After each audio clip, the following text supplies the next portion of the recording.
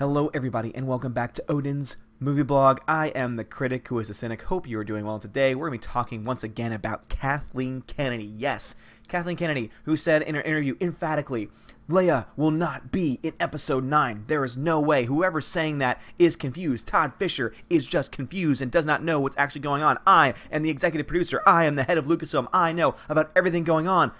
Well, I guess not. I guess you have no idea what's going on. And this also means that we have a lot of thoughts about, maybe you don't have any idea, but not only that, maybe you're not even in charge anymore if you don't even know what's going on creatively with episode 9 at this point. So Todd Fisher speaks out.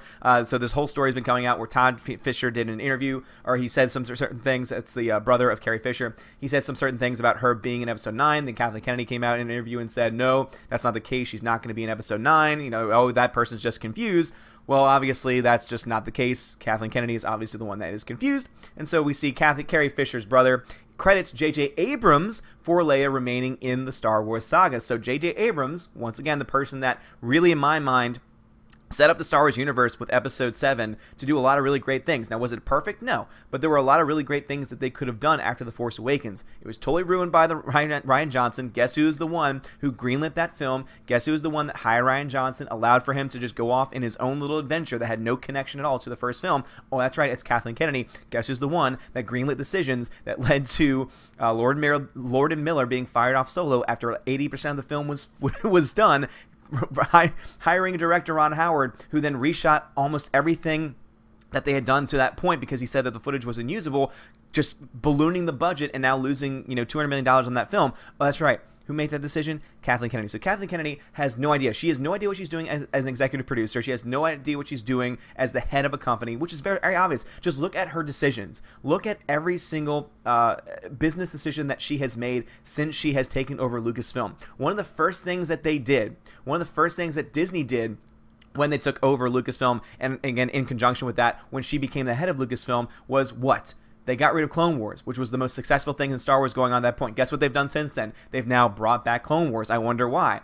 They also made The Force Awakens, which was a film that a lot of people liked. Again, it made $2 billion at the box office, so it did very well. But guess what? A lot of people were still like, yeah, but we have some problems with these new characters. They don't really make a lot of sense. Rey being so good at the Force, how is that going to be explained? So they were all looking forward to episode 8. That was the episode for you to help to explain certain things, to lay out the reality of certain things, and guess what? That didn't happen. Why? Because Kathleen Kennedy allowed for Rian Johnson just to do whatever the hell he wanted, and it was just so stupid. And guess what he did? He broke the fandom. So she and him together broke the fandom because she is the one at the top. She is the one where the buck stops with her.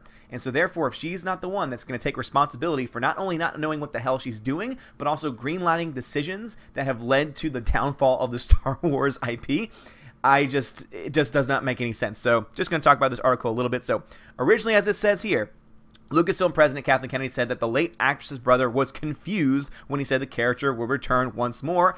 It's funny how words can come back to bite you, right?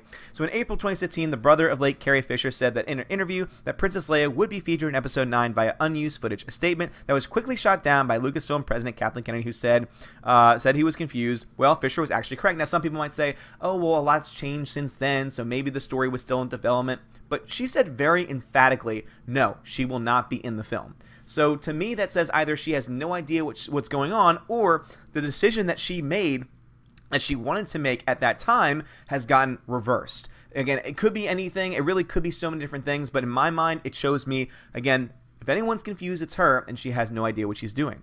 On Friday, it was revealed that unused footage taken during the production of 2015 Star Wars The Force Awakens will be used in the upcoming film, bookending the new trilogy. And I'm actually very interested to see how they use that footage. How much of it are they going to use? How big is Leia Organa going to be? Are they going to try and have her character disappear very quickly in the film? Are they going to have her, do they have enough footage to have her character last throughout the entire film? Heck, even enough to maybe end the film still alive as a character. It'd be very interesting to see what they do with that. I honestly have no idea. Based on what they've done, though, based on the track record that we can see, they have a history of killing off every single original trilogy character. That's why Lando Calrissian does not stand a chance. That's why, unfortunately, now the Carrie Fisher, who's being brought back because of this footage that was shot in 2015, doesn't seem like her character is going to last much longer either. And then I have also been saying in some of my live streams, hey, what the hell is going to stop them from killing off 3PO or R2-D2, Chewbacca, all these characters, like that it just seems like that is what they're trying to do. They're just trying to just wipe away everything that set up Star Wars, that kept Star Wars going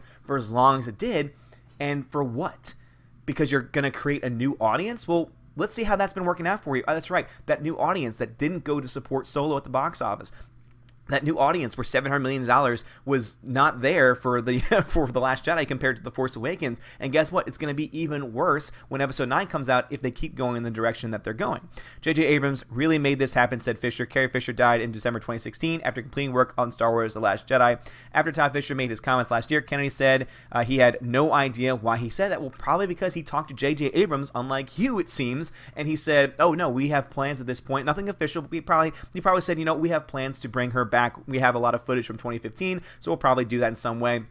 But of course, Kathleen Kennedy didn't know anything about it because she does not know what she's doing. Not only does she not know what she's doing as an executive, as a producer, as the head of Lucasfilm, but also even when interacting with her own people, she has no idea what she's doing. If you want even more evidence of this, just go back to Solo. The fact that it took them until 80% of the film was done for her to fire Lord and Miller over creative differences, I mean, that tells you all that you need to know. It shows that she is totally incompetent in this role. Now, I've said this several times before. There might be some things that she's good at, but as far as being a forward-thinking executive that's good with dealing with directors and writers, she has shown herself time and time again to not be that person. She is not the right person. She is not the right fit for Lucasfilm. And to me, this story just helps to kind of like give an exclamation point on this entire situation, saying that no, she really has no idea. She has no grip on this. She has no concept. She has no clear idea about what she's doing and about what this future of Star Wars should look like. All right, Lucasfilm on Friday also announced the returning cast members, including Daisy Ridley, Adam Driver, John Boyega, Oscar Isaac, Lupita Nyong'o, Donald Gleason, Kelly Marie Tran, Juno Sumato, and Carrie Fisher's daughter, Billie Lourd. Also, too, we know that Luke Skywalker is coming back as well. How's that going to be? We honestly don't know at this point. I'm honestly hoping and praying, and I know this is not realistic, but I'm still hoping and praying that they'd retcon some of 8 in some way, that they retcon some of The Last Jedi, so that way Luke could still be alive, because I think that that would further the story. And also, the question's asked, well, how are they going to market the film? If all of their main characters are gone, if all of their main characters have essentially just been wiped away, or if they are still alive, have been made almost useless in so many ways, what are they going to sell the film on? Because if you try and make a trailer that focuses just on Rey and Kylo at this point, you might have people show up, but you're not going to have the vast droves of people who wanted to come see.